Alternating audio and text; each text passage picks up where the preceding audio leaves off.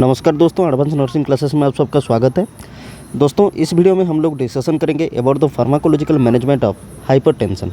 आपको पता है प्रीवियस क्लास में हम डिस्कशन कर चुके हैं about the definition of hypertension, about the risk factor और causes of hypertension, sign and symptom क्या क्या होता है हाइपरटेंशन का, वो ऑलरेडी हम लोग डिस्कशन कर चुके हैं। जो कोई वीडियो देखा नहीं है वो प्लेलिस्ट में अवेलेबल है, जाके देख सकते हैं आप लोग। ओके, तो इस क्लास में हम लोग डिस्कशन करेंगे कि ऐसा कौन सी दवाइयाँ हैं जो कि हाइपरटेंशन को कंट्रोल करने में या पेशेंट की जान को बचाने में मदद कर सकता है। ओके, तो हाइपरटेंशन की मैनेजमेंट में हम मेनली दो सिस्टम यूज करते हैं। एक होता है हमारा क्या, फार्माकोलॉजिकल मैनेजमेंट, जो कि हम इस टॉपिक में डिस्कशन करेंगे, और एक होता है नॉन फार्माकोलॉजिकल मैनेजमेंट। ओके, तो नॉन फार्माकोलॉजिकल मैनेजमेंट में वैसा कुछ इम्पोर्टेंट है नहीं, इम्पोर्टेंट है, सब चीज़ इम्पोर्टेंट है, लेकिन उसमें क्या है, मेनली हमारा लाइफस्टाइल मॉडिफिकेशन के दौरान हम उसको कंट्रोल कर सकते हैं हाइपरटेंशन को। ओके, अगर हम लाइफस्टाइल को मॉडिफाई कर लेंगे तो हम हाइपरटेंशन को कंट्रोल कर सकते हैं, जो कि आता है हमारा नॉन फार्माकोलॉजिकल मैनेजमेंट में।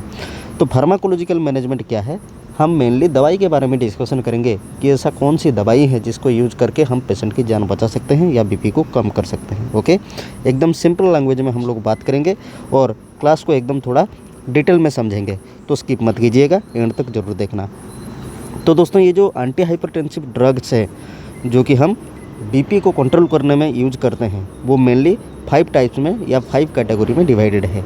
क्या क्या वो 5 कैटेगरी है, वन बाय वन हम लोग डिस्कशन करेंगे। फर्स्ट आता है हमारा डायरेटिक्स। ओके, डायरेटिक्स होता है। सेकंड आता है हमारा रास इनहिबिटर। देखिए, याद कीजिए, प्रीवियस क्लास में मैं ऑलरेडी आप लोगों को बताया था कि जो पैथोफिजियोलॉजी होता है बीपी इंक्रीज करने का, वो कौन सी कैटेगरी में आता है, क्या है उसका system, RAAS. Okay, renin aldosterone angiotensin aldosterone system. ठीक है, मैं तब भी बताया था और अब भी बोल रहा हूँ कि वो पैथोफिजियोलॉजी को अगर आप अच्छे से समझ लेंगे तो आपको ये जो रास इनहिबिटर में कौन कौन सी ड्रग आएगा उसके बारे में जानते वक्त आपको कोई मुश्किल नहीं होगा। ओके, क्योंकि देखिए, रेनिन को एक होता है हमारा क्या, रेनिन, उसके बाद आता है हमारा क्या, एंजियोटेंसिन कन्वर्ट हो जाएगा किसके मदद से, एसीई की मदद से। ओके, एंजियोटेंसिन कन्वर्टिंग एंजाइम की मदद से। उसके बाद होगा क्या, अल्डोस्टेरॉन। ठीक है, तो ये रेनिन, एंजियोटेंसिन, एसीई इनहिबिटर और अल्डोस्टेरॉन एंटागोनिस्ट, इसको हम अगर ब्लॉक कर देते हैं, ये सब चीज़ को हम रोक देते हैं या उसके फंक्शन को इंटरफेयर करते हैं फंक्शन में, तो हमारा बीपी कंट्रोल हो जाएगा। ओके, तो सेकंड कैटेगरी हमारा क्या हो गया, रास इनहिबिटर। तो रास इनहिबिटर में क्या क्या आता है, जिस पॉइंट के दौरान बीपी इंक्रीज करता है उसी पॉइंट को हम लोग क्या करेंगे, ब्लॉक कर देंगे। जैसे कि हमारा एसी इनहिबिटर हो गया, आर्ब्स हो गया, डायरेक्ट रेनिन इनहिबिटर्स हो गया और अल्डोस्टेरॉन एंटागोनिस्ट हो गया। तो ये चारों के चार किसके अंडर आते हैं, रास इनहिबिटर के अंडर आ जाते हैं। ठीक है, तो तीसरे कैटेगरी का ड्रग्स क्या है हमारा, calcium channel blocker. Fourth one is sympatholytic agent and the fifth one is vasodilator. Okay, तो ये 5 कैटेगरी का जो एंटी हाइपरटेंसिव ड्रग्स हैं, इसके बारे में हम लोग डिटेल्स में डिस्कशन करेंगे, जो कि आपको बीएसएफ एग्जाम में मदद करेगा। तो first of all we will discuss about the diuretics. Okay, diuretics के बारे में हम लोग डिस्कशन करेंगे। ओके, सो दोस्तों, ये जो डायरेटिक्स होते हैं, दिच कॉजेस लॉस और elimination of sodium and water, H2O इसका पता है आपको, sodium and water in the urine which causes increase in urine output. Okay, तो ये जो डायरेटिक्स है, डायरेटिक्स क्या करता है, हमारा एलिमिनेशन करता है किसका, सोडियम और वाटर का। ठीक है, सोडियम एंड वाटर का एलिमिनेशन करता है। किसके थ्रू एलिमिनेट करता है, यूरिन के थ्रू एलिमिनेट करता है। तो सीधी सी बात है, अगर यूरिन में सोडियम और वाटर का एक्सक्रीशन होगा, ज़्यादा से ज़्यादा होगा, तो क्या होगा, यूरिन आउटपुट इंक्रीज होगा। क्लियर हो गया। There are mainly 5 types of diuretics. Okay, तो इसके बाद भी हम डायरेटिक्स को दूसरे कौन से नाम से जानते हैं, वाटर पिल। ओके, कौन से नाम से, वाटर पिल। समझ में आ गया। डायरेटिक्स को और क्या बोला जाता है, वाटर पिल बोला जाता है। ओके, तो डायरेटिक्स का काम क्या समझ में आ गया, ये क्या करता है, यूरिन के थ्रू सोडियम और वाटर का एलिमिनेशन करता है, जिसके कारण यूरिन का इंक्रीज होता है, यूरिन आउटपुट इंक्रीज होता है। तो दोस्तों ये जो डायरेटिक्स है, diuretics mainly divided into 5 category. Okay, that means there are mainly 5 types of diuretic we used in various of disease condition. First है हमारा loop diuretics, second one is thiazide diuretics, third one is osmotic diuretics, fourth one is potassium retaining diuretics and the fifth and last one is carbonic anhydrase inhibitor. Clear है? तो ये 5 तरीके का diuretics है जो कि हम मेनली यूज करते हैं। ओके, ये 5 टाइप के डायरेटिक्स को अगर हम जान लेते हैं, समझ लेते हैं, तो डायरेटिक्स के बारे में एग्जाम में कुछ भी आ जाए हम लोग आंसर कर सकते हैं। क्लियर है? तो वन बाय वन हम लोग ये डायरेटिक्स को समझेंगे, इसके बारे में पढ़ेंगे और इसका एग्जाम्पल भी देखेंगे। ओके, तो फर्स्ट है हमारा loop diuretics. What is loop diuretics? Loop diuretics are mainly short acting and strong action. Okay, ये जो लूप डायरेटिक्स होते हैं ये मेनली बहुत कम समय के अंदर ही इसका फंक्शन दिखाना शुरू कर देते हैं और इनका एक्शन कैसे होता है, एकदम स्ट्रॉन्ग वाला होता है। Okay, loop diuretics inhibit sodium and chloride absorption from the loop of Henle. अच्छा, ये जो लूप ऑफ हेनले, ये लूप ऑफ हेनले क्या है दोस्तों? This is a part of किसका पार्ट है ये? Nephron. Okay, this is a part of nephron. ठीक है, तो ये जो लूप ऑफ हेनले है इसमें क्या करता है? सोडियम एंड क्लोराइड का एब्जॉर्प्शन को इनहिबिट करता है। इनहिबिट कर देता है मतलब क्या करता है? स्टॉप करता है, रोक देता है। क्लियर है? Loop diuretics doesn't given in mild और moderate hypertension except pulmonary oedema, heart failure, renal diseases etcetera. ये जो लूप डायरेटिक्स हैं ये हम माइल्ड और मॉडरेट हाइपरटेंशन में देना नहीं चाहिए।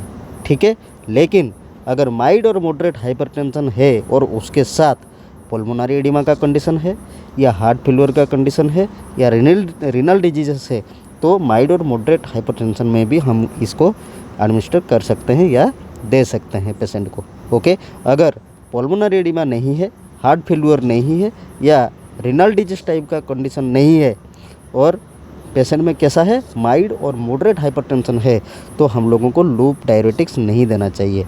क्लियर हो गया? तो दोस्तों ये जो लूप डायरेटिक्स हैं इसका कुछ साइड इफ़ेक्ट्स हैं। क्या क्या साइड इफ़ेक्ट होता है? जैसे कि हमारा हाइपोकैलेमिया हो सकता है, हाइपरनेट्रेमिया हो सकता है, हाइपोकैल्सीमिया हो सकता है। Okay, hypomagnesaemia, thrombocytopenia, hyperuricaemia. Okay, उसके बाद ऑर्थोस्टैटिक हाइपोटेंशन, डिहाइड्रेशन और ototoxicity and deafness can be seen in loop diuretics. Okay, अगर हम लूप डायरेटिक्स दे रहे हैं तो इसमें ये सारे के सारे साइड इफ़ेक्ट देखने के लिए मिल सकता है। क्लियर है? तो कुछ एग्जाम्पल ले लेंगे हम लूप डायरेटिक्स का। क्या क्या एग्जाम्पल हो सकता है हमारा? फुसेमाइड, टोर्सेमाइड, बोमेटाडिन और इथाक्रिनिक एसिड। ठीक है, ये सारा हो गया हमारा क्या? Loop diuretics. ओके, तो 5 में से एक चला गया लूप डायरेटिक्स। सेकंड के बारे में हम लोग डिस्कशन करेंगे about the thiazide diuretics. What is thiazide diuretics? देखिए, थायाजाइड डायरेटिक्स को शुरू करने से पहले मैं इसका डोज बताता हूँ लूप डायरेटिक्स का। देखिए, मोड ऑफ जब एडमिनिस्ट्रेशन होगा, मोड ऑफ एडमिनिस्ट्रेशन कैसा होगा? Slow IV push. Okay, slow IV push करेंगे हम लोग। Slow IV push. अभी क्वेश्चन आ रहा होगा आपके मन में कि कितने टाइम तक हम लोग इसको IV पुश करेंगे? 1 to 2 मिनट तक। फिर क्वेश्चन आ रहा होगा क्यों हम अगर इसको रैपिड पुश करेंगे तो क्या दिक्कत हो सकता है? ये दिक्कत हो सकता है, क्या? डिफनेस। क्लियर है? तो लूप डायरेटिक्स को हम जब भी एडमिनिस्टर करेंगे उसका स्लो IV पुश करेंगे about for 1 to 2 minutes. Clear है? अगर हम रैपिडली पुश करेंगे इसको तो deafness can be seen. Okay, ठीक है। तो नेक्स्ट देखेंगे हम लोग thiazide diuretics. Thiazide diuretics are increase sodium and water excretion by inhibiting sodium reabsorption in the DCT, distal convoluted tubules of kidney। Okay, तो ये जो थायराइड डायरेटिक्स है ये क्या करता है? सोडियम और वाटर का एक्सक्रीशन करता है बाय इनहिबिटिंग सोडियम रीअब्जॉर्प्शन। ठीक है, हमारा जो डिस्टल कन्वोल्यूटेड ट्यूबुल्स है, DCT होता है किडनी में, उसमें क्या होता है करता है ये सोडियम का रीअब्जॉर्प्शन को इनहिबिट करता है, रोकता है, ठीक है।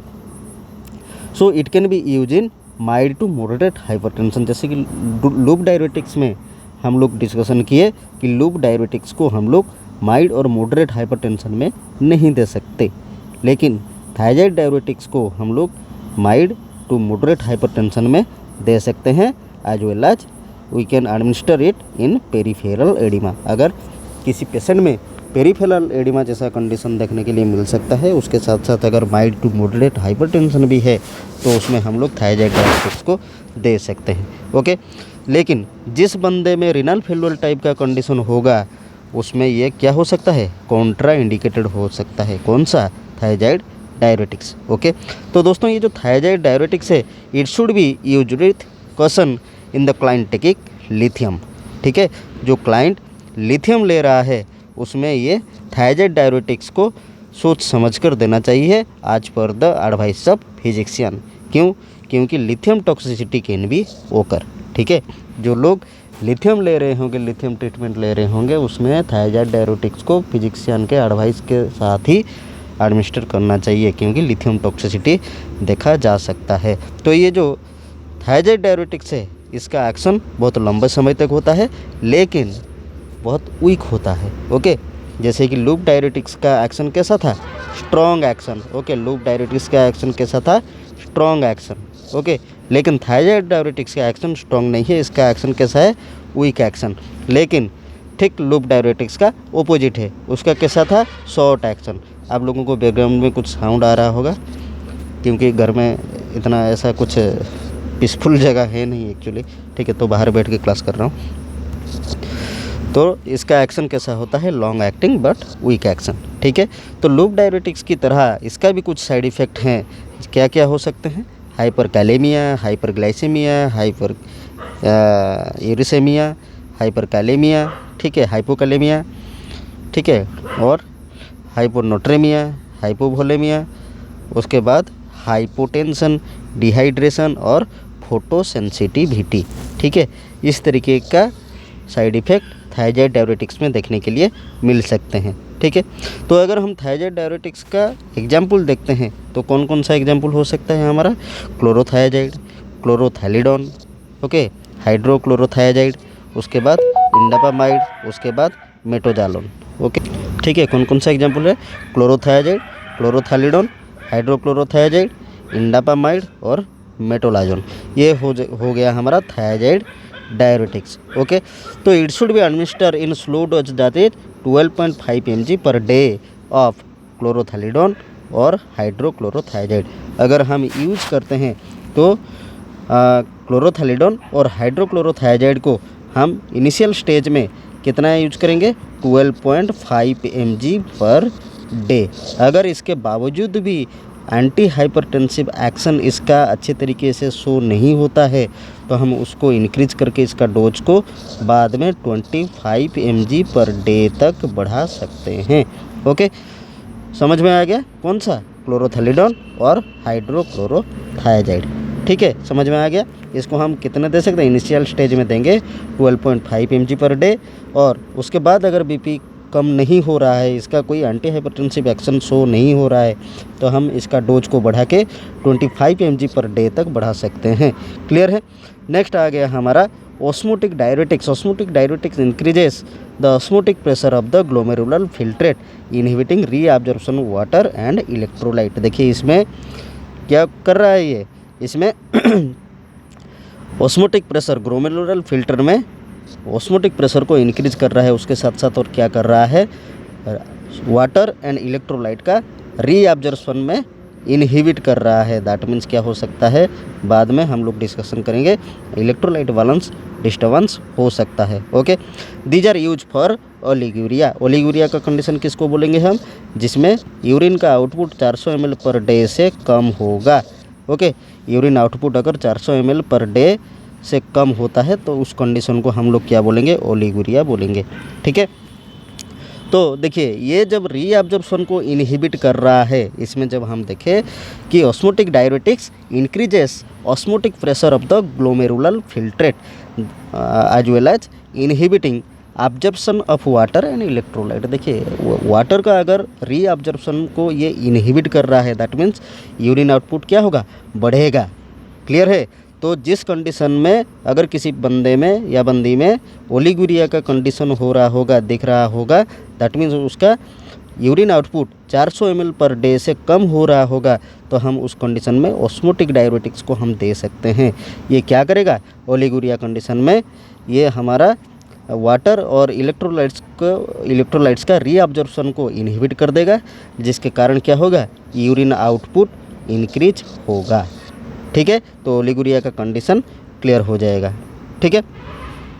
और these are use for oliguria and to present kidney failure. Okay. उसके बाद क्या हो सकता है, डिक्रीज आईसीपी और आईओपी इंट्राओकुलर प्रेशर। ठीक है। और इंट्राओकुलर प्रेशर डिक्रीज होने के कारण क्या हो सकता है, पेशेंट में angle glaucoma, narrow angle glaucoma देखने के लिए मिल सकता है। ओके, समझ में आ गया। ये क्या करेगा, पहले वाटर और इलेक्ट्रोलाइट का रीअब्जॉर्प्शन को इनहिबिट करेगा। ठीक है। जिसके कारण क्या होगा, यूरिन आउटपुट बढ़ जाएगा। तो यूरिन आउटपुट अगर बढ़ गया तो जिस पेशेंट में ओलिगुरिया का कंडीशन है उसके लिए ये फ़ायदेमंद होगा। Okay. So these are used for oliguria and kidney failure. ठीक है। उसके साथ साथ ये क्या कर सकता है, आईसीपी को डिक्रीज कर सकता है और इंट्राओकुलर प्रेशर को भी डिक्रीज कर सकता है। अगर इंट्राओकुलर प्रेशर डिक्रीज होगा तो नैरो एंगल ग्लाउकोमा देखने के लिए मिल सकता है। ओके। तो दोस्तों ये जो ऑस्मोटिक डायरेटिक्स है इसका साइड इफ़ेक्ट कुछ है, कैसे, फ्लूइड एंड इलेक्ट्रोलाइट इम्बैलेंस, जैसे कि मैं अभी बताया कुछ देर पहले कि जबकि ये रीअब्जॉर्प्शन को इनहिबिट कर रहा है तो फ्लूइड और इलेक्ट्रोलाइट इम्बैलेंस देखने के लिए मिल सकता है। उसके साथ साथ क्या, pulmonary oedema due to rapid shift of fluid देखने के लिए मिल सकता है। ओके। सेन nausea, vomiting, headache, tachycardia, hypernatraemia और डिहाइड्रेशन जैसे कंडीशन देखने के लिए मिल सकता है। डिहाइड्रेशन क्यों देखने के लिए मिलेगा, क्योंकि वाटर का रीअब्जॉर्प्शन नहीं हो रहा है, यूरिन आउटपुट बढ़ रहा है, बॉडी से फ्लूइड लॉस हो रहा है, तो डिहाइड्रेशन जैसे कंडीशन देखने के लिए मिल सकता है। ओके। सो हमारा ऑस्मोटिक डायरेटिक्स कौन कौन सा है, these are some examples of osmotic diuretics such as mannitol, glycerine, isosorbide, okay, urea और urea. Okay. 4 mannitol, glycerine, isosorbide और यूरिया। ठीक है। So these are all about the osmotic diuretics. Then we will discuss about the potassium retaining diuretics. ठीक है। This is act on distal convoluted tubule, जिसको कि हम short form में बोल सकते हैं DCT। Okay. This is act on distal convoluted tubules to promote sodium at water excretion and potassium retention. देखिए ये जो हमारा पोटासियम रिटेनिंग डायरेटिक्स है, इसको क्यों पोटासियम रिटेनिंग डायरेटिक्स बोला जाता है, क्योंकि ये पोटासियम का रिटेंशन करवाता है। Okay, that's why it is known as potassium retaining diuretics. Okay. लेकिन ये और क्या करवाता है, सोडियम एंड वाटर का एक्सक्रीशन करवाता है। ठीक है। So this potassium retaining diuretics used for oedema, hypertension, to treat fluid retention, nephrotic syndrome, ascites and diuretics induced hypokalaemia. Okay. ये हाइपरटेंशन, उसके साथ साथ नेफ्रोटिक सिंड्रोम, ascites और डायरेटिक्स इंड्यूस्ड हाइपोकैलेमिया में यूज हो सकता है। ठीक है। This is contraindicated in severe kidney disease, hepatic diseases and severe hypokalemia. Okay. अगर किसी बंदे में हाइपोकैलेमिया, सीवियर हाइपोकैलेमिया का कंडीशन पहले से प्रेजेंट है तो ये एडमिनिस्टर करना उसके लिए कॉन्ट्राइंडिकेटेड हो सकता है। एज वेल एज अगर किसी बंदे में किडनी डिजीज है, हेपाटिक डिजीज है, दैट मीन्स लीवर का डिजीज कुछ है, तो ये हमारा potassium retaining diuretics it can be contraindicated for that patient. Okay. Then this should be use with caution in the client with diabetes mellitus. ठीक है। ये डायबिटीज मेलाइटस और जो लोग एंटी हाइपरटेंसिव ड्रग्स और उसके साथ साथ एसी इनहिबिटर ले रहे हैं उनमें ये डॉक्टर को पूछ के ही, फिजिशियन के एडवाइस के अकॉर्डिंग ही इसको हम एडमिनिस्टर करना चाहिए। ठीक है, क्यों? क्योंकि because of the risk of hypokalemia. ठीक है, समझ में आ गया? सो दोस्तों, this is all about the diuretics. Okay, next class में हम लोग डिस्कशन करेंगे अबाउट द क्या, रास इनहिबिटर। ठीक है, रास इनहिबिटर नेक्स्ट क्लास में हम लोग डिस्कशन करेंगे, जो कि दूसरा एक एंटी हाइपरटेंसिव ड्रग है, जिसके अंडर में हम लोग डिस्कशन करेंगे अबाउट द एसी इनहिबिटर, आप्स डायरेक्ट रेनिन इनहिबिटर और आल्डोस्टेरॉन एंटागोनिस्ट। ठीक है, तो अगर वीडियो अच्छा लगा है तो एक बार लाइक और चैनल को सब्सक्राइब कर दीजिए। फिर मुलाकात होगा दूसरे क्लास में। Till then take care, bye bye.